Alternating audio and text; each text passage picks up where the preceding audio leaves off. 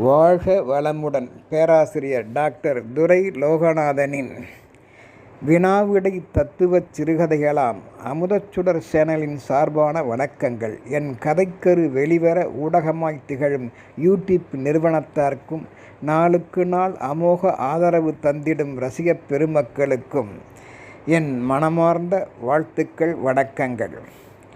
என் கதை என்பது ஒரு கற்பனை சூழலில் உருவானது என்றாலும் ஏதோ ஒரு வகையான உண்மையை உலகிற்கு புரிய வைக்கவே யான் கையாளுகின்ற உத்திமுறையாகும்.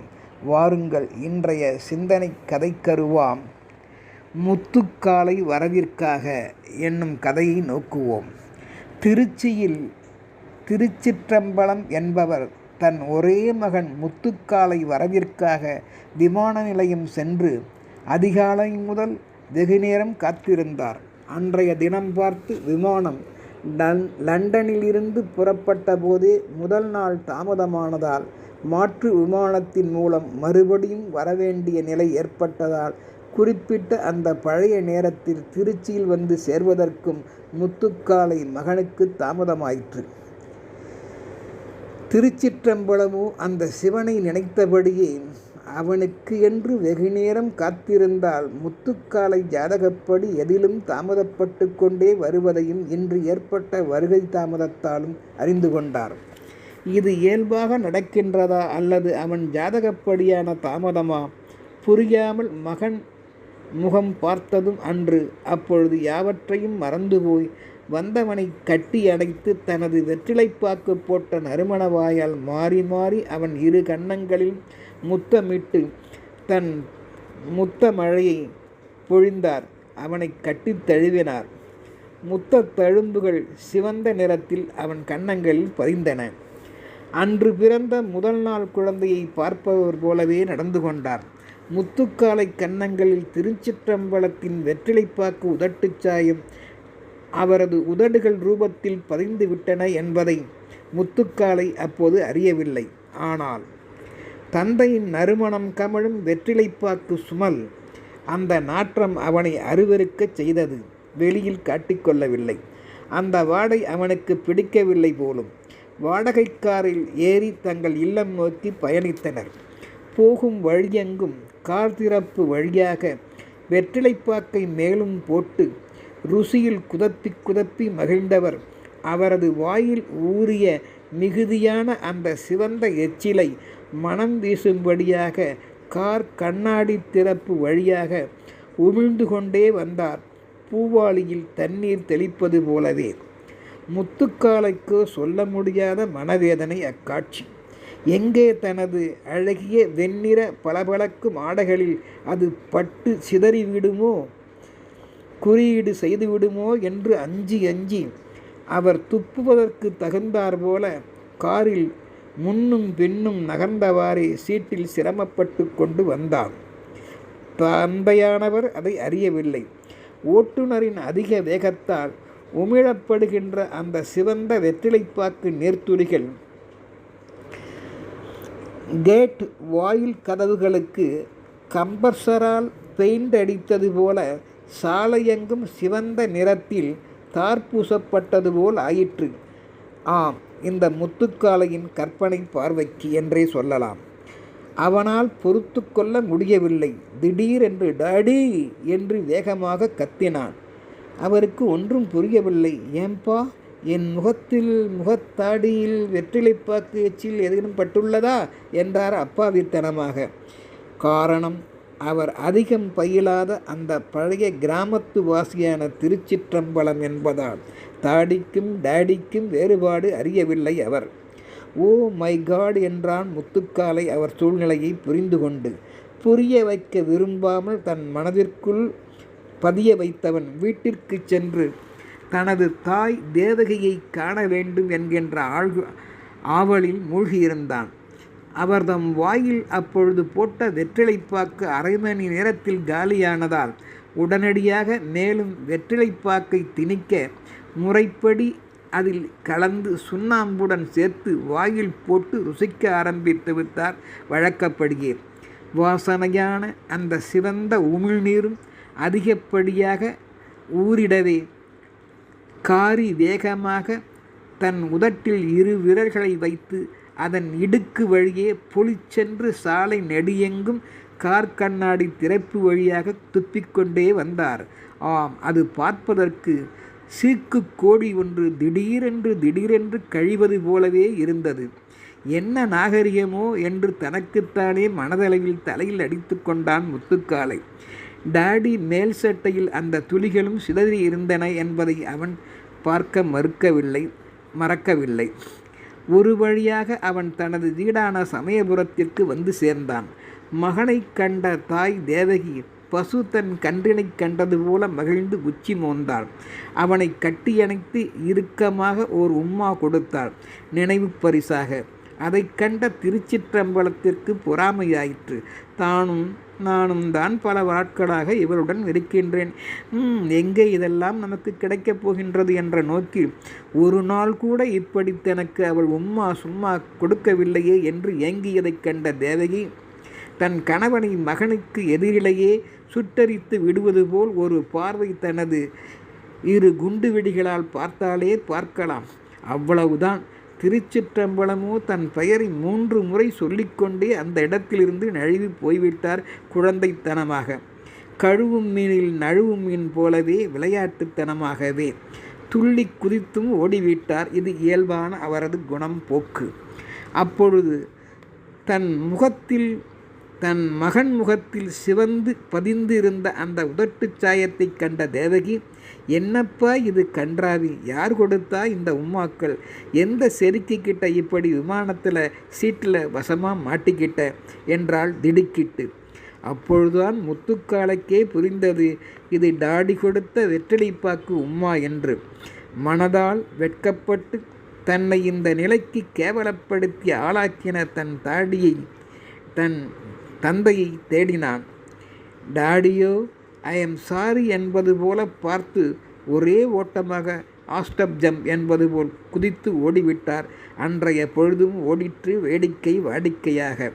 தந்தையின் குழந்தைத்தனமாம் மறைந்து ஒளிந்து கொள்ளும் ஆட்டம் போலவே இருந்தது. இதுதான் ஒரு குதூகல வாழ்க்கை என்று கூட சொல்லலாம். மறுநாள் வந்த மகனுக்காக ஒரு பிரமாதமான சமையலை தயார் செய்து தன் பாசத்துடன் கலந்து வாழை இலையில் பரிமாறினாள் தேவகி. அவன் அப்பொழுது தந்தையோடு அமரவில்லை, தாயின் அருகில் அமர்ந்திருந்தான். மகன் அருகில் எதிரில் அமர்ந்து பார்த்து அவன் விரும்புவதை அதிகமாக அவன் இலையில் எடுத்து வைத்தாள். சில வருடங்களாக வாழை இலையில் சாப்பிடும் வழக்கத்தை மறந்தே போயிருந்தான். எல்லாவற்றிற்கும் பிளேட், கப், ஸ்பூன் போட்டும் வெட்டும் கருவிகள் கொண்டும் திரவப் பொருட்களை ஸ்ட்ரா வைத்து உறிஞ்சியும் கைப்படாமல் சாப்பிட்டும் பழக்கமாகிவிட்டமையால் இந்த வாழை இலை சாப்பாடு மற்றும் தரையில் அமர்ந்து சாப்பிடுவது அவனுக்கு பிடிக்கவே இல்லை. அதனால் சொல்லாமல் இயல்பாய் உடனே எழுந்து மேஜையின் பக்கம் அமர்ந்து விட்டான். இது பெற்றோரின் பார்வைக்கு வேறு விதமாக தென்பட்டது. திருச்சிற்றம்பலமோ பல நாட்களுக்கு பிறகு முறையான, அவளே நேரில் தன் கைப்பட பரிமாறிடும் முறையான சாப்பாடு என்று கருதி தம் வாய் கொள்ளக்கூடிய அளவு இல்லாமல் மிகுதியாக பசியும் ருசியும் சேர அதிகப்படியான கவலங்களை உருட்டி புசிக்க ஆரம்பித்தார். ஆனால் வாய்க்குள் அந்த கவலங்கள் திருச்சிற்றம்பலத்திற்கு அடங்காமல் அது எச்சிலாய் அவரது வெற்றிலைப்பாக்கு போட்டிருந்த வாய் வழியாக அவரையும் அறியாமல் அது வெளியேறி விழுந்தது. வாய்க்குள் அடங்கியது போக மீதமான சிறு சிறு கவலத்துளிகள் என்றே சொல்லலாம். அதுவோ அந்த காட்சி முத்துக்காலைக்கோ தேவகிக்கோ பார்ப்பதற்கு மிகவும் கேவலமாக இருந்தது. வெளியேறிய அந்த தந்தையின் சிறு சிறு வாய்க்கவலங்களால் ஆக்க பொறுத்தவர்களுக்கு ஆற பொறுக்கவில்லையோ என்றும் நினைத்தனர். காணாத மாடு பச்சை புல் தடம் கண்டது போல அவர் நிலையும் அன்று ஆயிற்று. சிலரது இயல்பான குணங்களில் சிறு சிறு தவறுகள் இருக்கலாம். அதையும் பாசமிக்கவர்கள் சிறுக சொல்லி திருத்தலாம். அதை விடுத்து எதற்கெடுத்தாலும் அவரை போன்றவர்களின் செயலை பார்த்து ஒருவன் இப்படியா வெறுத்து போய் சாப்பிடாமல் எழுந்து போவான் என்றும் தன் மகனின் அப்பாவித்தனத்தை நினைத்து வருத்தப்பட்டாள் அந்த தாய்.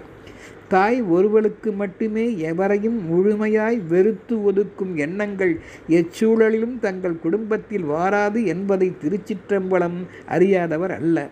பொறுப்பு உள்ளவரை கண்டால் வெறுப்பு ஏற்படுமா என்றும் சிந்தித்தார் தந்தை.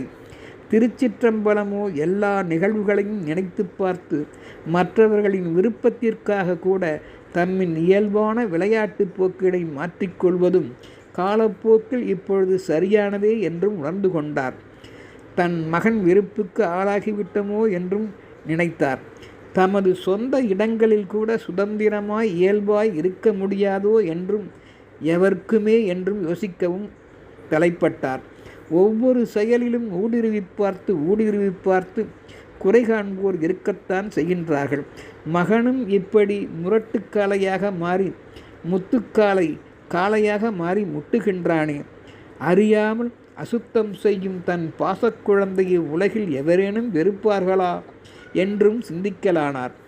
மணமேடையில் அமர்ந்தவர்களும் சாப்பாட்டில் அமர்ந்தவர்களும் செயல் முடியாமல் எழுந்து போவது எவ்வகையில் நியாயம் என்றும் சிந்தித்தார்.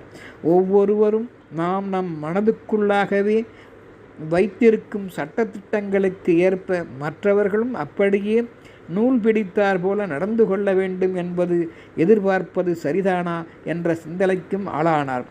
திருத்தத்தில் நல்லதை மட்டும் ஏற்றுக்கொள்வது தவறில்லை என்றும் முடிவுக்கு வந்தனர் குடும்பத்தினர். உலகத்தில் உணவை கொடுத்தவன் உயிரை கொடுத்தவன் ஆகின்றான். என்ன?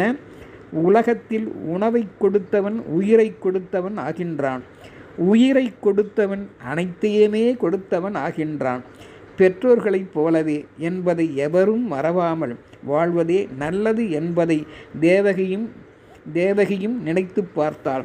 மேலும் பலரோடு நாம் அமர்ந்து சாப்பிடப் போகும் எவரும் தவிர்க்க முடியாத சூழ்நிலையைத் தவிர மற்ற நேரங்களில் எவரிடமும் உடன் எதையும் சொல்லிடாமல் வீண் கோபத்தால் பிடிவாதத்தால் சாப்பிடாமல் எழுந்து போகவே கூடாது. அது மற்றவர்கள் விருந்தினர்கள் போன்றவர் மத்தியில் ஊடுருவி கண்காணிக்கப்படுகின்ற பொழுது பலவிதமான சந்தேகங்களை அந்த குடும்பத்திற்கு ஏற்படுத்தி கொடுத்துவிடும் என்றால் முத்துக்காளையிடம் தனது முத்தான அனுபவங்களால் புரிந்து கொண்டான் முத்து. பிள்ளை இல்லா வீட்டில் கிழவன் தன் இஷ்டப்படி துள்ளி விளையாண்டாலாம் என்பது போல திருச்சிற்றம்பலம் போன்றோர் சிலர் வயது மற்றும் கால நேரம் அறியாமல் தனது இயல்பான குசியான குறும்பான போக்கினால் இடம்பொருளுக்கு ஏற்ப நடந்து கொள்வதே இல்லை. சூழலுக்கு ஏற்ப பக்குவமாய் எவரும் நடந்து கொண்டால் எவர் வீட்டிலும் சூறாவளி வீசுமா என்ன? உணர்ந்து வாழ்வதே நல்லது. யார் உணர வைப்பது?